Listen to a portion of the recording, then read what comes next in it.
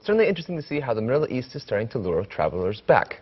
But the region doesn't just have a thriving tourism industry. It's also home to some of the world's most sought-after clientele. Hotel groups around the world seek out the GCC's high-spending, long-staying guests, hoping to attract them to spend their time and money in their properties. Joining us now in the studio is Ahmed Sulaiman, the Managing Director of Travel Connections Arabia, a hospitality consultancy company that connects this attractive travel segment with hotel brands. Ahmed, welcome to the show. Thank you so much. Thank you for joining us. So talking about this attractive travel segment, what is it indeed that makes them so attractive? You mentioned a few things there in the intro, but what is it that makes the GCC travel so special? Well, it's a key market for hotel chains around the world. The fact that long-stay guests, they generally book the higher room category, so they take suites plus connecting rooms. They generally are very, as you mentioned, high spenders within the hotel. Incremental spend. They spend a lot on in-room dining as well as around the hotel. So they utilize the restaurants within the hotel, the spa facilities. No, it's a great market for these hotel chains to attract. Especially as well that they attract hotels during the region where they are generally in their shoulder seasons. So in the summer months. So it shows that it fills the capacity for the shoulder seasons of the hotel at a rate that they demand. Certainly a lot of benefits there. Now, what are the cultural and logistical differences that you tell your hotel clients about when you're working with them? Well, with regards to cultural differences, as Travel Connections Arabia, we consult on the Middle East market on behalf of our hotels. So what we try to do is we try to give them an understanding of what the client requires. So like off the bat, what we would do is we would ask the hotels to have to implement Arabic TV channels, Arabic newspapers, halal food. We even sometimes ask the hotels to implement Qibla directions within the rooms with prayer mats supplied by the hotels, so the guests feel at home. Also, we ask them to make an active effort to have Arabic-speaking front of house and back of house staff in order for them to really understand the wants and needs of the client and alleviate any form of communication barrier. Absolutely. Now, looking again at the hotels, I mean, you mentioned, of course, the off-season benefits when it comes to the GCC traveler. How important would you say the GCC traveler is to the European hotels overall in terms of their strategy? I mean, you're obviously starting to see a similar trend or similar pickup when we're looking to Eastern hotels as well.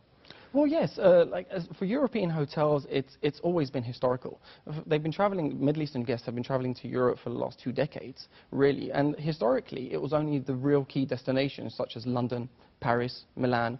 But now with Emirates, Qatar Airways, Etihad, all of these airlines showing a much larger diversification with regards to destinations, it's really showing positive effects towards their travel destinations. So you're finding all new destinations pop up every now and then, and they are actually showing massive growth from the Middle East market. So it shows that the Middle East market is partial to spending time in other destinations than your usual. However, London is always a key destination, as I'm sure you're aware.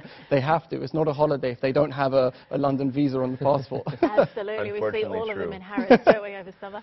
Now, how do you think that the London Olympics and Ramadan will affect summer travel plans this year?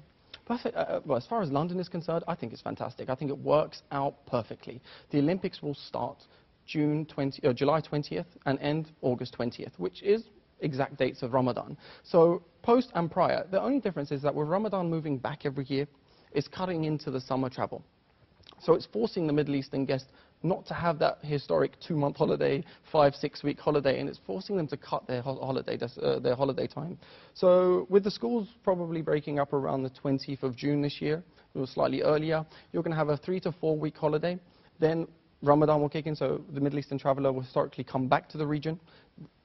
The Olympics will start, end. Then you also have Eid holiday, which is going to be between 10 to 12 days, give or take the weekends. So say 2 weeks. So it's going to be another revisit to London. I actually predict in London this year, it'll be a split season.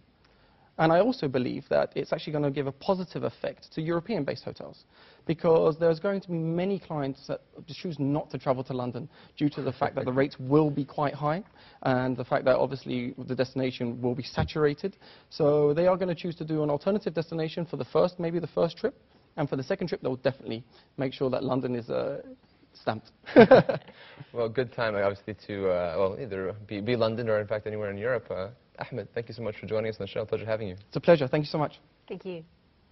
Now, after the break, more of the top stories from around the UAE and the world. Stay with Emirates 24/7. Welcome back to Emirates 24/7. It's time to take a look at the other stories making headlines around the UAE on Wednesday morning. Gulf News reports that